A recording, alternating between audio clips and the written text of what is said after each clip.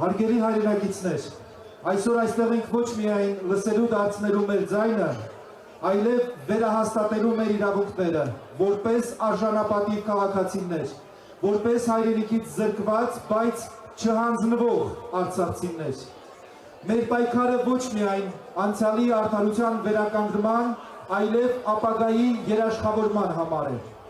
Այս ճանապարհին մեզ իրավական հիմքեր են անհրաժեշտ, հստակ գիտելիքներ, միասնական կամք։ Ելույթի համար խոսքը տանք իրավապաշտպան Դավիթ Հովհաննիսյանին։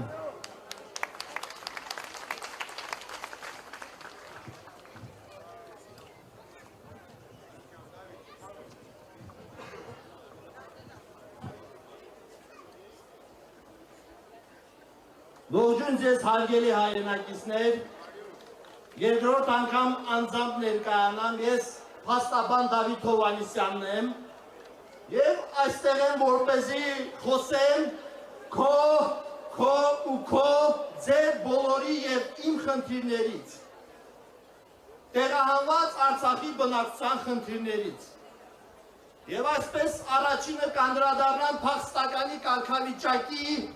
այդ ամոթալի կարգավիճակի հարցին։ Արդյոք դուք հարգելի արցախցիներ, վերջին 30 տարիների ընթացքում Արցախի անկախության ամբողջ ժամանակահատվածում որևէ մեր հայրենակից Հայաստանից Արցախ եկած, Արցախում բնակվող կամ Արցախում հյուրընկալված մեր հայրենակցին երբևէ համարել եք փախստական։ Վերջին 30 տարիների ընթացքում Արցախի անկախությունից հետո մինչև 2023 թվականը երբ դուք եկել եք այստեղ մայր հայրենիք, ձեզ երբևէ որևէ մեկը համարել է փախստական։ Բայց ինչ է փոխվել, ինչու պիտի 2023 թվականից հետո ինչ-որ մեկի ցանկությամբ 150,000 մարդ դառնա փախստական մայր հայրենիքում։ Սա անարդարացի վերաբերմունք է արցախցիների նկատմամբ։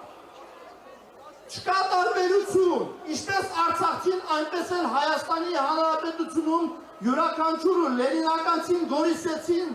Ղափանում ապրողը կամ արտիքցին նույն ձևի ստացել են նույն ազգագիրը, ստացել են նույն զինվորական գրքույկը,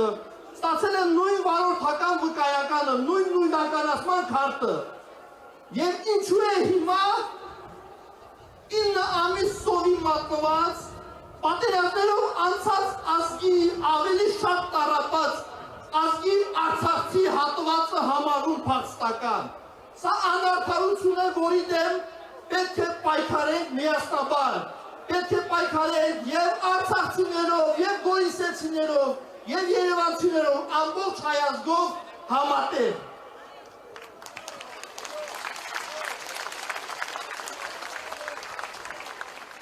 Հարգելի հայրենակիցներ, մենք բոլորս Հայաստանի Հանրապետության քաղաքացիներ ենք։ Ձեզնից յուրաքանչյուրը, անկախ նրանից, որ բնակավայրում է ծնվել եւ որտեղ է մեծացել։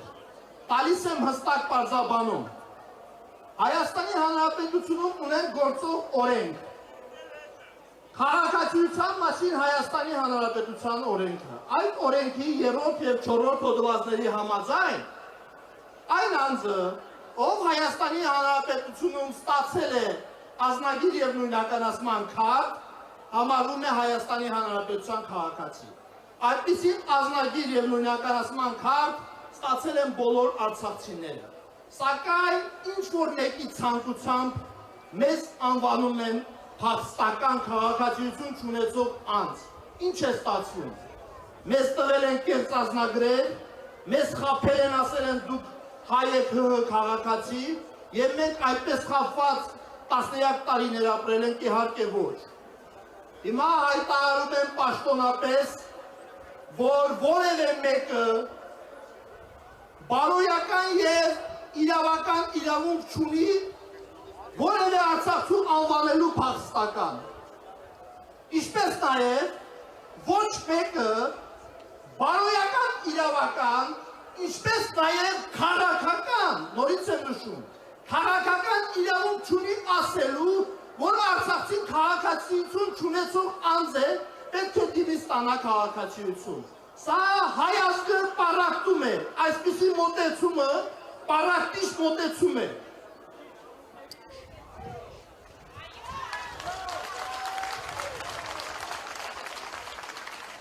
Հարգելի հայրենակիցներ, Արցախահայերը Հայաստանի Հանրապետությունում բախվում են բազմաթիվ խնդիրների։ Ձեզնից շատերը կամ շատերի հարազատները ունեն այն խնդիրները, որոնց հիմա որոշներին կանդրադառնամ։ Հարյուրավոր մարդիկ ուզում են անցնել կենսաթոշակի, քանի որ հասել են համապատասխան տարիքի։ Սակայն չեն կարողանում, քանի որ ՀՀ կառավարության որոշման համաձայն պետք է ներկայացնեն սոցվճարի մասին տեղեկանք կամ արխիվային տեղեկանք։ Արցախից տեղահանված անձինք չեն կարող ներկայացնել այդ տեղեկանքները, քանի որ Արցախի հարկային մարմինը կամ համապատասխան պետական մարմինը պետք է տա սոցվճարի մասին տեղեկանք, այդ պետական մարմինը պարզապես գոյություն չունի, լուծարվել է։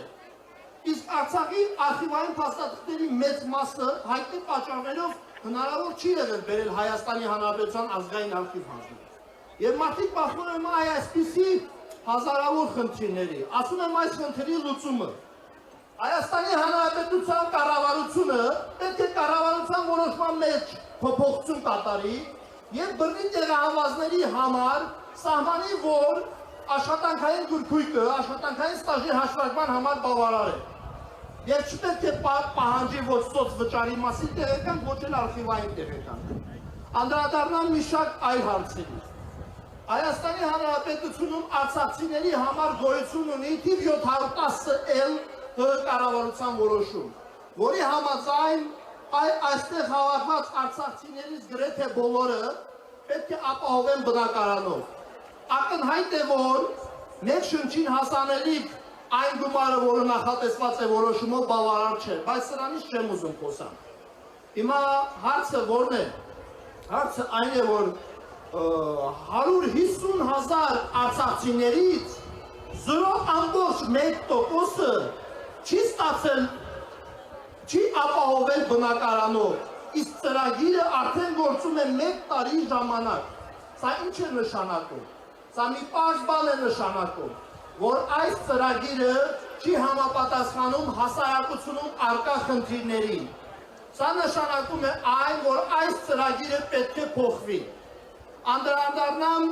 նաև 40 գումարած 10-ը այդ 50,000 դրամ աջակցությունների ծրագրին։ Հարգելի ժողովուրդ, որպես իրավապաշտպան ձեզ մի